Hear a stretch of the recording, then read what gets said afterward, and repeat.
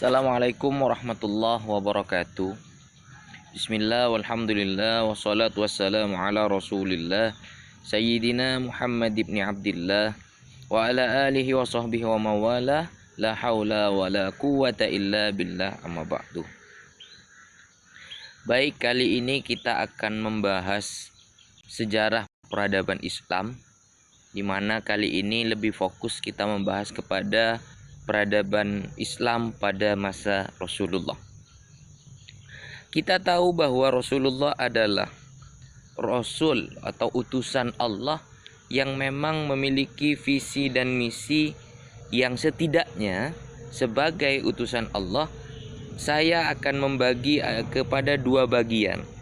Pertama, Nabi yang hanya membawa doktrin teologis semata, dan Nabi yang membawa doktrin teologis sekaligus membawa doktrin politis.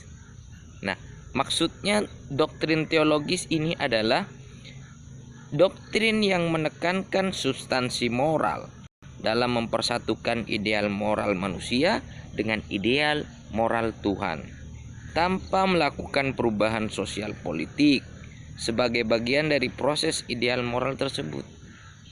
Jadi, sedangkan yang dimaksud dengan doktrin teologis politis itu lebih tepat kepada yang mengedepankan terhadap ajaran moral sekaligus berusaha melakukan perubahan sistem atau menata institusi-institusi sosial dan politik.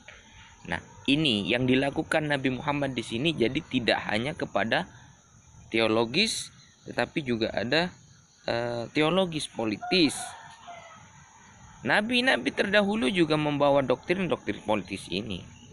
Di antaranya nabi-nabi yang bergelar ulul azmi, kita tahu kan ya.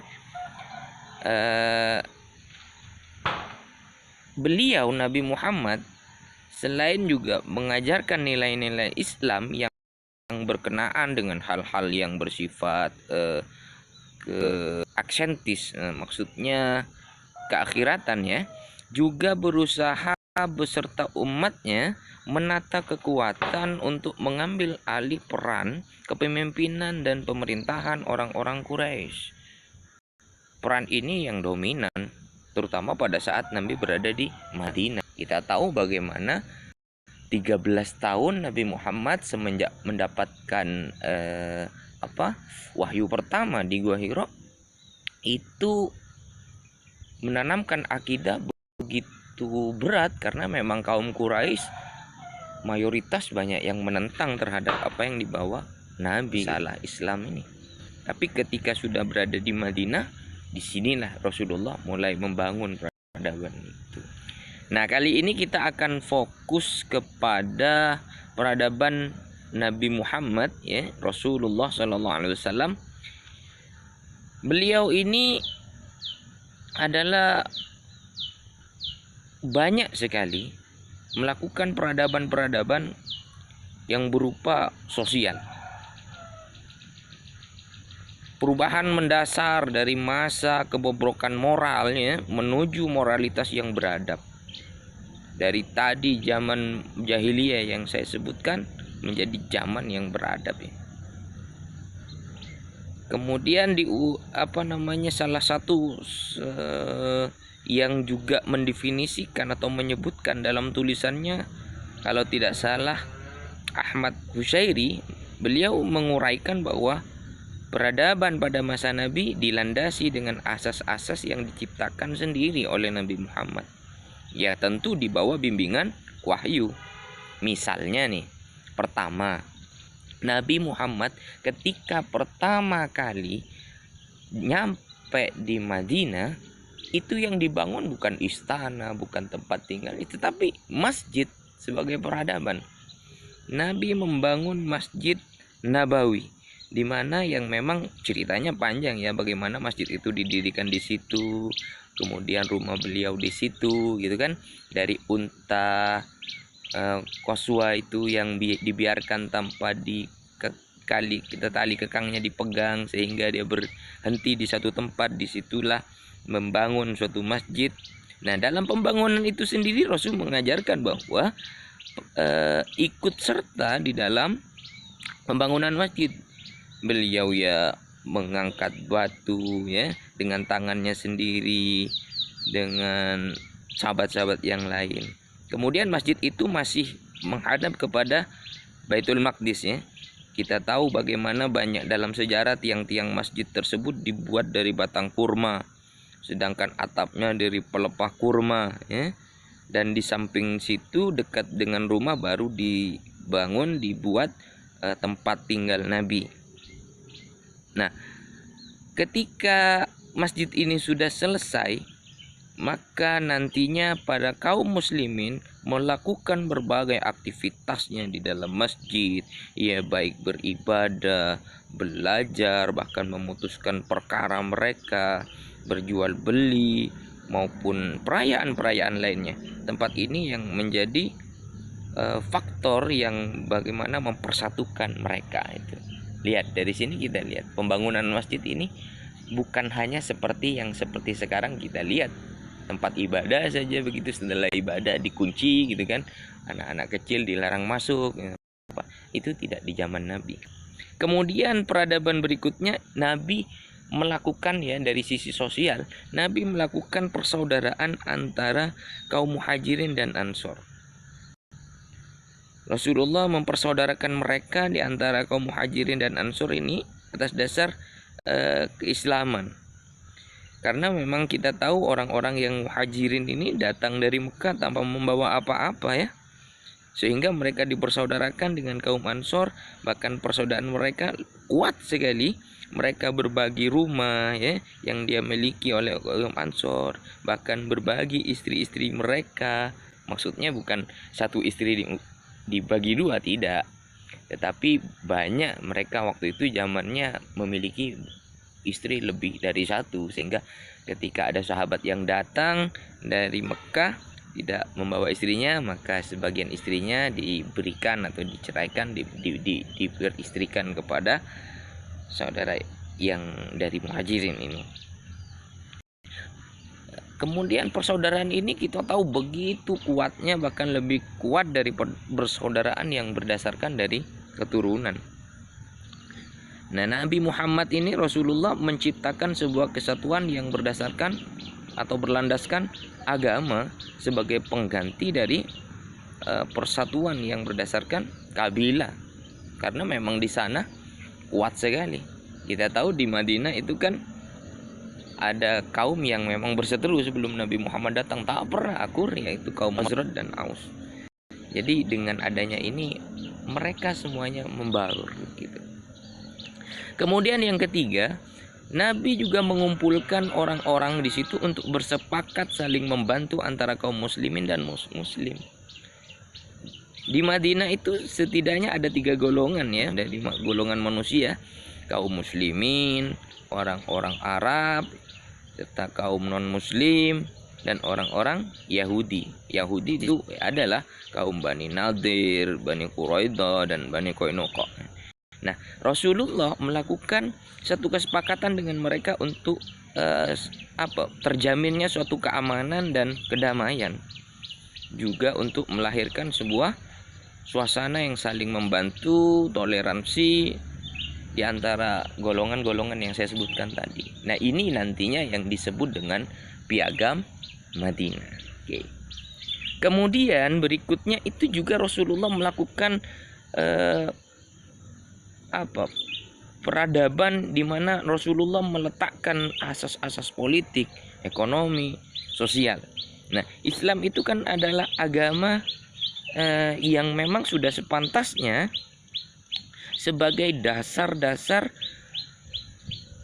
suatu wilayah ya.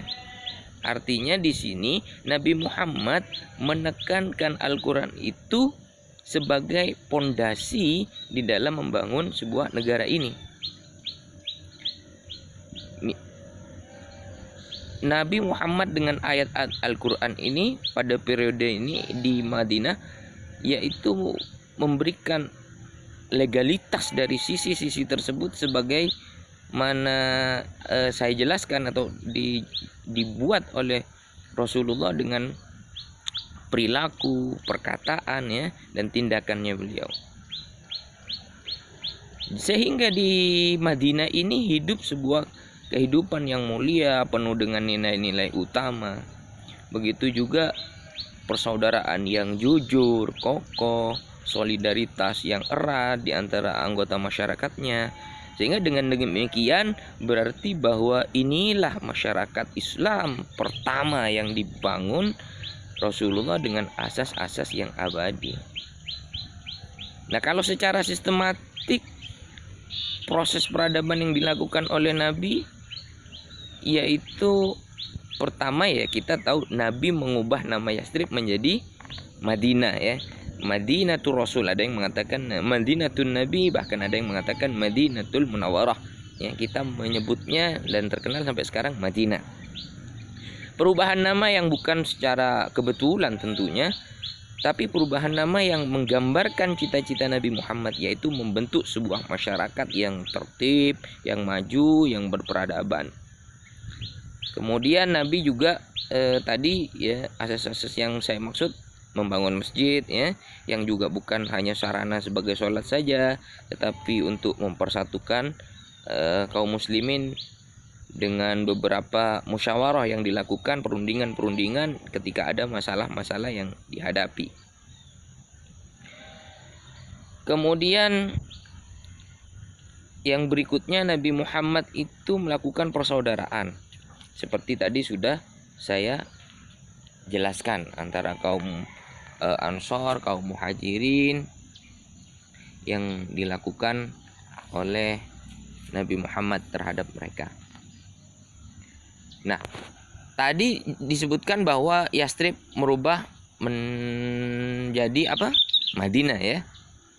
Nah, agenda-agenda politik kerasulan telah diletakkan dan beliau bertindak sebagai utusan Allah, sebagai kepala negara, sebagai komandan tentara, dan pemimpin kemasyarakatan. Nah, itu semua dilakukan oleh Nabi Muhammad. Di kota hijrah ini merupakan refleksi dari ide yang terkandung dalam perkataan Arab Madinah, yang secara etimologis berarti tempat peradaban, yaitu padanan katanya yaitu bahasa Yunani polis, seperti nama kota Konstantinopel ya. Nah, di Madinah dalam arti sama, dalam arti hadarah, tempat sakarah ya, kita mengenalnya, sering diterjemahkan yaitu berturut-turut tentang peradaban dan kebudayaan. Nah, itu sehingga di sini Nabi melakukan Madinah itu nanti kalau dari sisi bahasa ujung-ujungnya kepada peradaban dan kebudayaan. Tapi secara etimologis tentunya mempunyai arti pola kehidupan yang menetap sebagai lawan badawah, yang berarti pola kehidupan mengembara ya, nomaden ya. Oleh karena itu perkataan Madinah dalam peristilahan modern menunjukkan semangat dan pengertian civil society ya, suatu istilah Inggris yang berarti masyarakat sopan, masyarakat beradab, masyarakat teratur dalam bentuk negara yang baik. Nah, dalam arti inilah harus dipahami bahwa hikmah dalam bahasa Arab, al-insan madinun bi'at-tabai, manusia menurut naturnya adalah bermasyarakat ya. Jadi manusia itu kalau memang kebawaannya bermasyarakat gitu harusnya. Jadi kita bisa melihat dari sini apa yang dilakukan Islam ya. Kemudian kita juga bisa melihat dari apa yang dilakukan Piagam Madinah. Pertama, umat Islam merupakan satu komunitas, iya, meskipun berasal dari suku yang beragam ya. Kemudian yang kedua, itu sesama anggota komunitas Islam, dan antara anggota komunitas-komunitas itu didasarkan atas prinsip-prinsip bertetangga yang baik, saling membantu dalam menghadapi musuh bersama, ya kan? Itu kalau dalam beberapa perang Badar, itu ada orang Yahudi yang banyak, yang orang Yahudi yang menjadi pasukannya. Bahkan ada sokongan persenjataan, kemudian bantuan itu dari kaum Yahudi. Di sini kita bisa melihat bagaimana saling membantu dalam menghadapi musuh. Karena ketika datangnya musuh ke Madinah, itu bukan menyerang Islam tetapi menyerang Madinah dalam aturan ini. Kemudian yang berikutnya membela mereka yang dianiaya, itu kan dalam prinsip piagam Madinah. Kalau ada yang dianiaya, maka yang kuat harus membantu, saling menasihati, kemudian menghormati kebebasan beragama. Di sini penting juga kita dengar tentang lakum dinukum waliyadin, silakan. Seperti itu. Nah, inilah yang dilakukan oleh Nabi Muhammad, peradaban-peradaban awal yang dilakukan selama 10 tahun Rasulullah sampai akhirnya wafat. Ini yang dilakukan sehingga kuat sekali pondasinya sebagai kekuatan wilayah Madinah atau negara, kekuatan agama di sini itu benar-benar dilakukan oleh Rasulullah. Saya pikir kali ini itu saja, kita nanti bisa perdalam lagi lebih perinci, spesifik apa satu persatu di dalam pembahasan sub-sub pokok bahasan. Baik, dari saya terima kasih. Akhirul kalam. Assalamualaikum warahmatullahi wabarakatuh.